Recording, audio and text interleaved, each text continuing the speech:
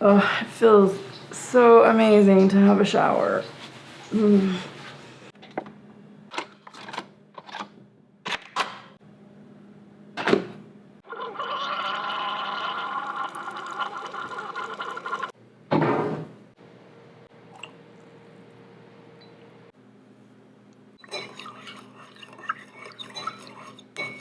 Good morning there, everyone. That was such a great shower. I love being in this house. It's been really wonderful actually being here and being able to enjoy like the peace outside. Of course, never did I think, you know, when I came out here that this would be the last place that I would see Lily. It's been really hard. I'm glad I'm here though. It allows me to heal and just breathe without having to think about where I'm gonna go every day and where I'm gonna stay, and I don't know, maybe that would be a good distraction too. I don't know. Honestly, I'm just thankful that I'm here, and the horses that are out here, they're not right here right now. The horses have been like a really good comfort to me since Lily passed away.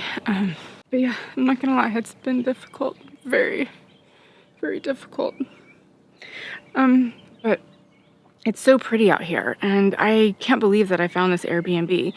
Like, with the costs and stuff of Airbnbs these days and rentals, this place is just like a dream come true. I'm gonna share with you guys in just a little bit how I found this place and why I think that it's less expensive than other Airbnbs out there, because I was in a very, very specific budget and I wanted to make sure that I stayed within that budget, but I was also picky. I had all these things that I wanted out of an Airbnb. So I'm gonna go over that with you in just a minute, but I'm gonna see if I can find the horses over here. I can't actually seem to find them right now. They're probably on the other side. They'll come over here a little later, but I'm gonna roll this clip that shows the last time I was out here with them and with Lily and how cute she was. She kept barking at them and she's like, she wanted to like be at their height because I was feeding them carrots. Hi. Oh, you're so sweet. I don't have any more carrots. No more. Sorry. I know they're waiting for carrots. I'm sorry. Yeah, that's Tito. This is Stark. She's got that beautiful star on her head. This is Honey Buns. Hi, Honey Buns. Hi, sweetheart. I don't have any. I'm sorry. Look at the mouth.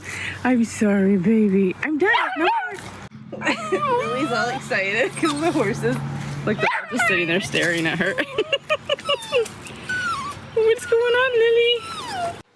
It's also been really nice having a place to wash my clothes. So you can see I have a laundry room in here, which I've been actually doing a ton of laundry since I've been here.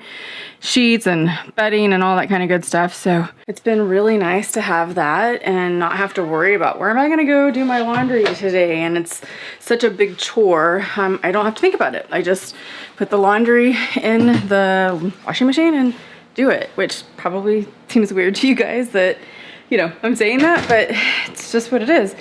When you are in van life, you have to constantly think about where you're going to do your laundry and if the laundromat's good, do you have enough change? Like, there's challenges with it. It's not horrible.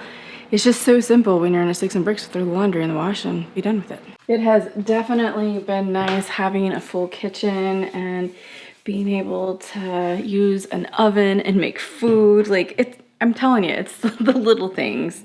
You know, of course I still love van life and I love the travel. So with anything, there's always, you know, this trade-off. In the van, you have less space, you have less amenities, and in sticks and bricks, you have all of the conveniences of modern life. The other day, I made this concoction that has buckwheat. It's like a cereal. It actually called for buckwheat flakes, but couldn't find buckwheat flakes cereal. So I just made like the porridge part of it. And let's see, what else do I need over there? I think we're good. It also calls for strawberries, but my strawberries went bad. But I'm still gonna make this for breakfast. I'll show you what it is. It is so, well, I think it's good.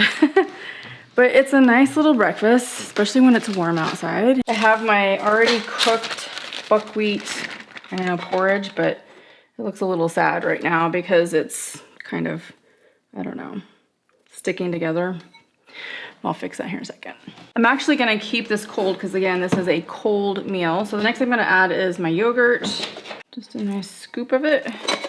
Next, I'm gonna add my monk fruit sweetener, which I actually have stored in my AG1 canister. So put that in here. You can use whatever sweetener you want. Then, oh my gosh, cocoa nibs. Oh my goodness, cocoa nibs chocolate. Next thing is coconut flakes, unsweetened. You certainly cannot forget the walnuts. Put some walnuts. And we're just gonna give this bad boy a good stir. It's just a little mishmash, but I'm telling you, it is so good, and it's got all kinds of good superfoods in it. And texture and crunch. I love this thing. You know, when Lily passed away, all I wanted to do was bolt into the van and leave this place. Being on the road is kind of my therapy in a way, I suppose. I've always enjoyed it. It calms me down. I just thought, no, you know what? There's a reason why I'm here in this house. It's easy for me to be here. Get all the things done that I needed to get done. I'm probably not going to get the things done that I wanted to get done while I'm here because I'm also grieving. There we go. I'm gonna sit here for a while and talk to you guys. First of all, I just wanted to say really quickly that I've received so many comments from everybody about the video that I put out for Lily, the tribute video, and how she passed away. And I just wanted to thank everybody so much for all of their comments. And it's been a lot. It's been kind of hard for me to process just a little bit, and sometimes hard to look at. But I know that's a grieving process. I just can't respond to everybody. There was a ton of comments. So just know that I really appreciate everybody's kindness. People who reached out to me and to see how I was doing. And of course, saying how much they loved Lily. And I love her too. I missed her a lot. Everything is still very raw. But I'm gonna get through this, and it's gonna be hard. I know I'm gonna have moments like this, so I hope you understand. One of the things I really love about this place too is the porches are super wide out here. They're covered as well, which makes it so nice. They have all this furniture and stuff out here where you can come out and sit and really enjoy yourself over the covered porch. You can see they've got fans up here with lights. They've just made it really nice and special out here. Of course, well, that's the AC. It's not ducted AC, it's just little, what was that? The little window AC units. But I was actually really surprised how powerful those things are. I wasn't sure about it at first. It was one of the questions that I asked when I first decided to come over here is, how great is, oh, do you hear the donkey? Is how good is the window AC units, and those things keep everything really cool in here. They're a little bit loud though. If you've been on my channel long enough, you know how much I actually like trees too, and they have all these beautiful live oaks over here. Just make it super special. Let's go see if we can find the horses out here. They have been so amazing. It's like they know that I've had this struggle, you know, with Lily passing, and oh man. Feels comforting to have the love of an animal or companionship and be able to be around them. Well, there, look who's that. I think this is Snickers. No, this is not a horse. This is donkey. You gonna hee-haw for us? Or we got a mama donkey and a baby donkey. I love that it's out on rural land. It's one of the things that I really wanted when I decided that I wanted to rent an Airbnb, is to find a place that actually has rural land where I could film, still feel like I'm in nature, and get all those benefits of, you know, the things that I love about the van and being able to travel, but not have to move all the time. Let's see. Maybe they're over here. Ah, I spot them. They're not right over here, but let's see if I can get them to come over. They're way off in the distance. Okay, well, I'm not very successful today at getting them over here, but they'll come back out later. They're just out eating right now. When I stayed at my sister's house, when I was in Texas a couple years ago, they had cows out there. So it was fun. I got to feed the cows, and here I get to feed the horses. So yeah, if you're looking for an Airbnb sometimes to stay at, you might actually consider one that's on a farm. So now I want to tell you why I think this place is cheaper and how you could possibly find an Airbnb a lot cheaper too. Right now, as you know, all the rental prices out there for apartments, for houses, for Airbnbs is super expensive. It's just the nature of what's happening in our world right now. But I looked for quite a while actually to find this place. It took me a little bit of time to find it, but I had, you know, one specific requirement, of course, is that it had to allow pets. And so that limits my choices a little bit. The other thing is that I wanted it to be in a rural area, peaceful outside, quiet as possible. I didn't want to have neighbors right next to me because I wanted to just be able to like come out and relax and see the sunset and see the sunrise, but I still needed it to be within a good budget. So I'd set my budget at about $1,200 to $1,500. I really wanted to be, of course, on the lower end of that, but I was having a hard time finding something originally. But I think why this place is cheaper is because one, it's a farmhouse. It's a little bit older. It's not horrible by any means. It's just a little bit older and maybe not as nice as some of the newer places that people have upgraded, although they did upgrade the bathroom really well in the living room. It's also out in the country, rural living, outside of town. It's about 10 minutes outside of town, so you have to drive to places. When you're in cities where it's a little bit closer to things, you'll pay a premium for that. The other thing that's a little bit different is that the owners actually come out here because the horses are on property. So you'll see them out here every once in a while as well, which could lead to why it's a little bit cheaper. The other thing is that it was hotter when I got here. So it's in Texas.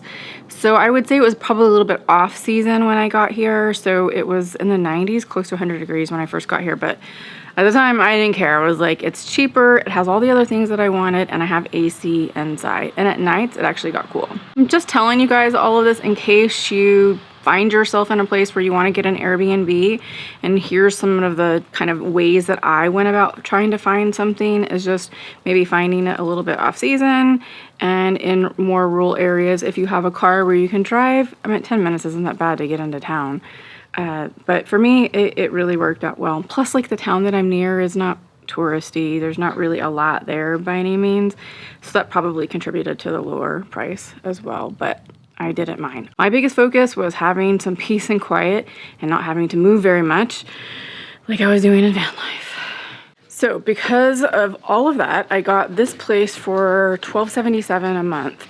I did rent it for a month. That's the other thing, is if you get it for a month, you get like, I think, half off. It's a pretty deep discount actually. So that's another thing. And it comes with all of the utilities, Wi-Fi, electric, everything. So it's a pretty good deal. You talking? Hi. They're so cute. You want this one? Oh, it's a good baby. Here we go. Hi, you want this one? There we go. Aww. They're so cute. Apples? Anybody? Apples? Oh, heck yeah. Oh, there you go. There you go. Oh, I love their little crunches. Oh, so yummy. That was so cute that I got the donkeys. We gave them carrots and apples. I don't know, there's something just about connecting with animals, you know, especially with Lily being gone, that just, I don't know, it feels so good. Animals are therapeutic, you know, they really are. They help us get through things, and I don't know, just another living being.